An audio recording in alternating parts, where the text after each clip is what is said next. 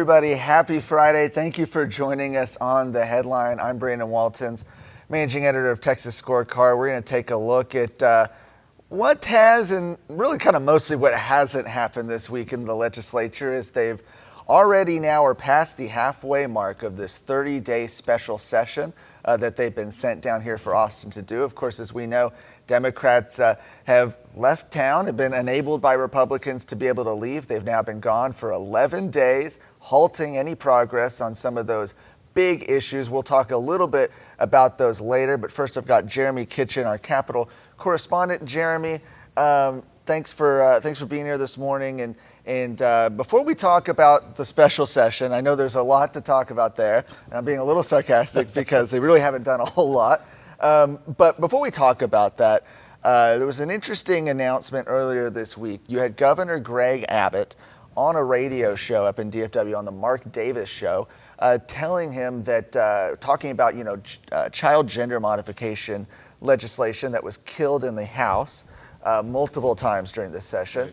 And he told Mark Davis, when asked, why isn't that one of the items that lawmakers are being called back to address? He said, quote, "I'll be candid with you. I'll tell you what everybody knows, and that's the chances of those protections passing during the session in the House of Representatives was nil." Right.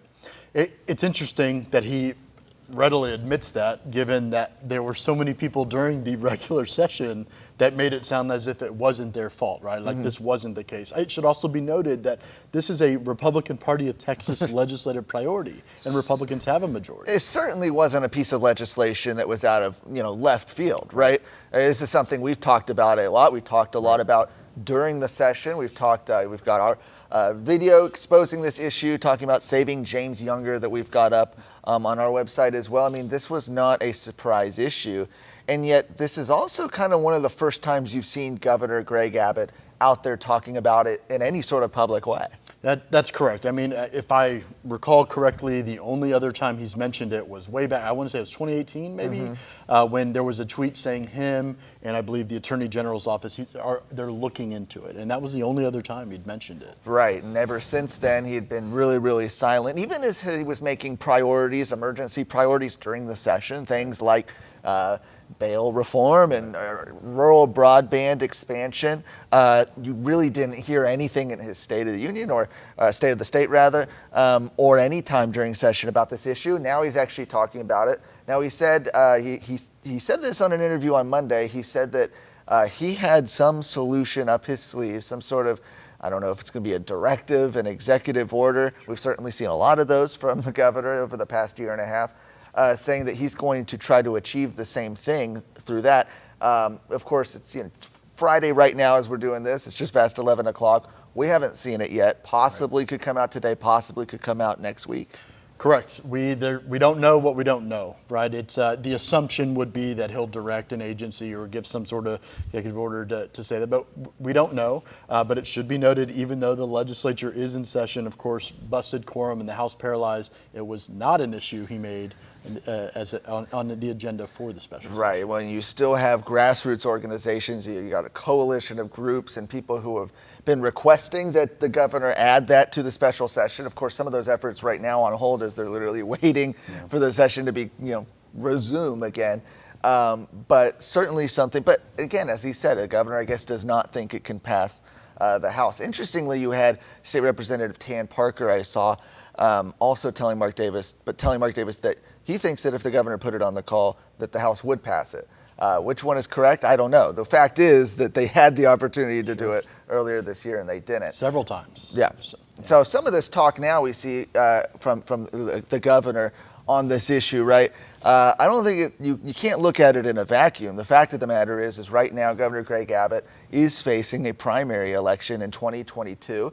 And you've got now 3 declared candidates up against him. That's Chad Prather, Alan West, and Don Huffines, that have been really swinging at him on a number of issues, maybe most notably the border. Correct, yeah, which I assume explains why it seems, at least over the last really month and a half, that Governor Abbott has tried to put more emphasis on the border. It should be noted yet again, it was not a priority during the regular legislative session. It was not. He did not make it a priority of his own. So. And now we actually see that being one of the items that lawmakers are supposed to be working on. We've also seen we've talked about him going down to the border, him talking about building the wall, having Texas build the wall, even as legislation was ignored during the session. But you have an article up this week that Jacob Asmussen wrote, kind of looking at some of these big plans these are really big plans. You look at the plan by Don Huffines, by Alan West, and these others, to shut down the border, to send National Guard troops. They're all a little different, but the main point is that you've got a lot of people challenging him from the right on this right now, and it'll be interesting to see how he responds. Absolutely, and it's again one of those unknown sort of things, right? He's making a kind of a big show, if you will, about things that are planned, right, to include a potential border wall. It's unclear how much of that will actually get done or not, right? And it's unclear whether any additional, kind of logistical support and law enforcement, that sort of thing, which he asked over a month ago, will actually be seen and actually do what it is he set out to do. We don't know yet. And property taxes as well, right? I mean, this is an issue that he's being pushed on by all sides. Specifically, I think I saw a billboard just with Don Huffines, one of his challengers, saying, to eliminate property taxes. This is something that he's being pushed on as well.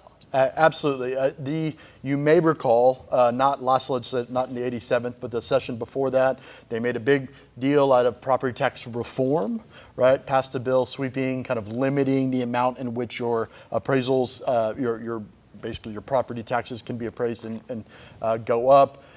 Made big head of that, but they did not provide. There was a property tax relief fund, but what should be noted is that it didn't really provide relief because the rate in which taxes were going up, the burdens were higher than the relief. And so Texans, especially since that time, have seen their property tax burdens increase. We wrote an article this week where we talked about how Texas then was ranked 7th in the nation for the highest property tax burdens. It's now ranked 6th.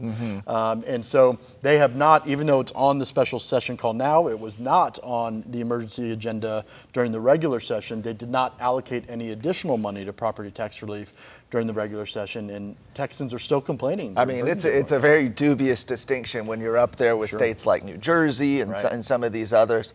And even some people make the point, well, at least Texas doesn't have an income tax. Well, the fact is that you actually look at the states that there are a number of states that have neither a property tax nor an income tax. I think New Hampshire's one that comes to mind. And so that's not really an excuse for lawmakers not to act on this. Okay, let's go back to the Capitol. Let's talk about the special session, as it were, that's underway. We know that to set the stage here, just real quick, you need 100 people, 100 out of 150 people, 2/3 of them to be there to show up. A week and a half ago, when Democrats left, the chamber was left with 80 members. Now it looks like, at least from some reports from some lawmakers, that you had Ernest Bales said this, that he's, by his count, by his information, there are currently 94 representatives there, as a few Democrats have trickled in. And it's been interesting to see, you've had a number of them come back, people like Harold Dutton, but some of them, like Philip Cortez, really got a lot of heat, especially from the left wing of his party and his colleagues. Right. He was, of course, one of those that very publicly was in Washington, D.C. With the majority of the Democrat caucus that's up there. He is, of course, notably also a chairman of a House committee, the Urban Affairs Committee. I would say kind of within the circle of Dade Phelan, if you will, made big hay coming back. His quote said something to the effect of, like, me and a handful of other Democrat colleagues are in negotiations, basically, with the Andrew Murr, the author of the Election Integrity Bill, which supposedly is the public kind of impetus for them breaking quorum. And it's unclear what those negotiations look like. But he caught flack from some of those that still remain in D.C., saying publicly that they didn't know he was leaving. Sure. So there might be a break in the ranks, right? There could be. I mean, we'll see in the next few days. It looks like if you look at the House's schedule right now, and they've announced what it will be throughout Monday, through Monday. They're gaveling in, or have already gavelled in, at 11 a.m. today. They plan on doing so at 10 a.m. tomorrow, 2 p.m. Sunday, and then they're back 2 p.m. I think Monday. That's right. That kind of plan suggests that they do not necessarily expect Democrats to show back up, or at least show back up in great numbers. But look, if this 94 number is to be believed, all you need is 6, right? I think it's important to note, too, because I got this question last week in that we don't know the exact number, which is interesting in and of itself, but that's because there is no, because there's not a quorum, there's literally no requirement that they take attendance every day. It's just missing lawmakers. When they come back, they're encouraged to register with the House Journal clerk to say that, yes, I am in fact here. But we, as the public, have no record of that. So short of sitting in the gallery or, if it is to believe that lawmakers are telling me the exact numbers, right, we don't know. Right, and so there could potentially be less people there. Who's to say? But I will say, you look at what the Democrats have been doing in D.C. It does seem like they've really had quite a week, right? I mean, you've got 6 of their members right now, like more than 10% of the people who went, coming down, contracting COVID-19, despite the fact, of course, that they all are vaccinated and we're supposedly supposed to be immune from that. You've got 6 of them down with COVID right now. And then not only that, but you've actually seen a reluctance from Joe Biden, the White House right now, to meet with them. I think one of the lawmakers, I think it was Richard Raymond, representative there out of Laredo, that did go and bust quorum, expressed some reluctance and his kind of dismay that they haven't, in effect, had a meeting, a Zoom meeting even, right? Anything. They met with, of course, Vice President Kamala Harris, a few kind of congressional leaders and what have you, but I think the target was probably to get President Biden on board, and they haven't had that happen yet. Exactly. So it's always, right, it's always important to have an end game. Right now, I think that end game's a little muddy for the Democrats, but of course the clock is ticking, especially on this Article 10 funding for the legislative branch, which expires September 1st. Right. So will they come back in time for that? And will Republicans force them to pass conservative legislation, or are they going to just, give it up? Sure. Well, I think the fear is that in order to kind of good faith negotiations, as they call it, would be that there is got to be some sort of what's known as kind of watering down policies, right? Like, how do you bring these folks back to the table? I think the assumption is that you're going to give them something, you're going to throw them some bones. And what does that look like? Does that come at the dismay of some of the activists that have been fighting for things like election integrity forever, things they could have gotten done in the regular session? Sure. Not every Democrat wants to come back from Washington, D.C. I'll note this. You have State Representative Michelle Beckley, perhaps best known for her blue hair. She's up from Carrollton area. Announced literally while the Democrats were up there, supposedly fighting this election integrity bill, announced she wants to run for Congress. She wants to stay up there. Her announcement video was interesting because it looked like it was literally filmed in her hotel room that she was staying in.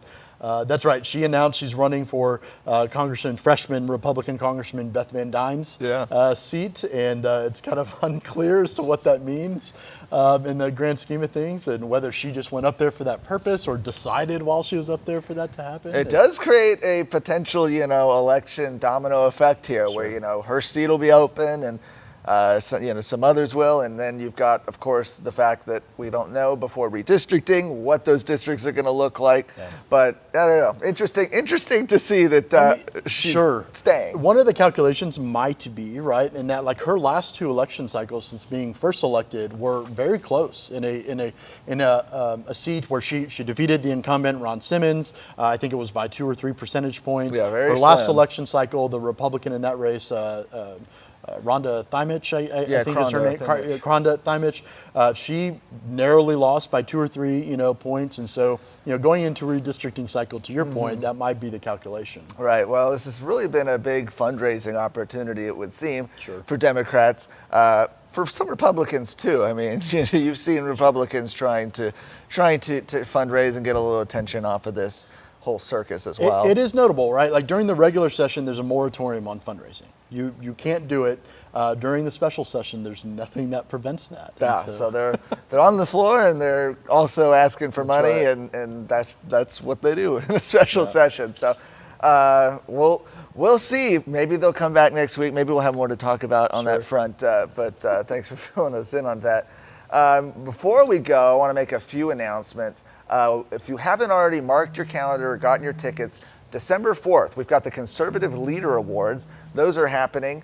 in Irving, Texas, go ahead and head to Facebook or Twitter, I think right now, and there should be a special discount code there.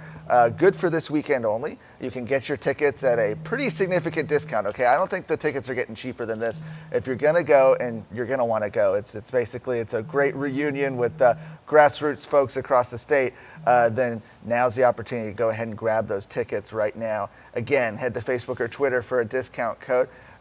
We've got a whole series of podcasts here, including This Week in Texas with Jeramy Kitchen, the Luke Macias Show, some other programs up at TexasScorecard.com. Always encourage you to check those out. And I want to say hello to folks watching. We've got Tiffany and Steph tuning in from Deer Park, Lynette, watching from San Angelo, Deborah from Rosenberg, Marissa, watching from Virginia, outside Texas, foreign country there. Jason watching from Dallas, Angela tuning in from DFW, Maggie, of course, watching from Burleson. Now, before as we go out here, I want to end the show by showing you. You know, we've been at work. I'm sure you've been at work.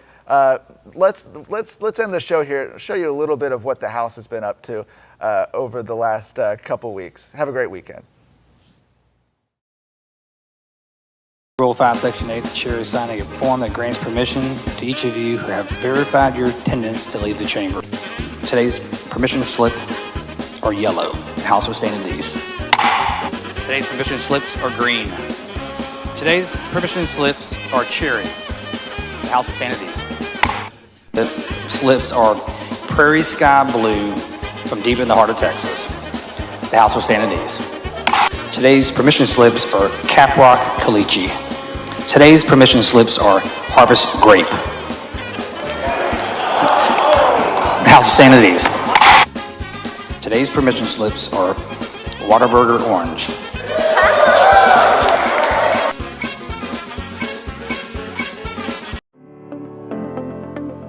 Thank you for tuning in to The Headline. If you want to stay up to date with the news you need to be an informed citizen, be sure to check out TexasScorecard.com and subscribe to our email list. You can also listen to this show and other shows on whatever podcast platform you use.